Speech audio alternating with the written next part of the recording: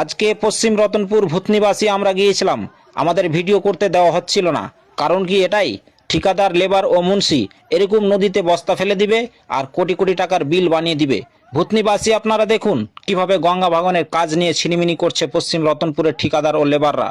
ভিডিওটি যে যেখান থেকে দেখছেন অবশ্যই শেয়ার করবেন এবং ঠিকাদার ও লেবারের এই কুকর্মকে সেচ দপ্তরের সামনে তুলে ধরবেন। ধন্যবাদ।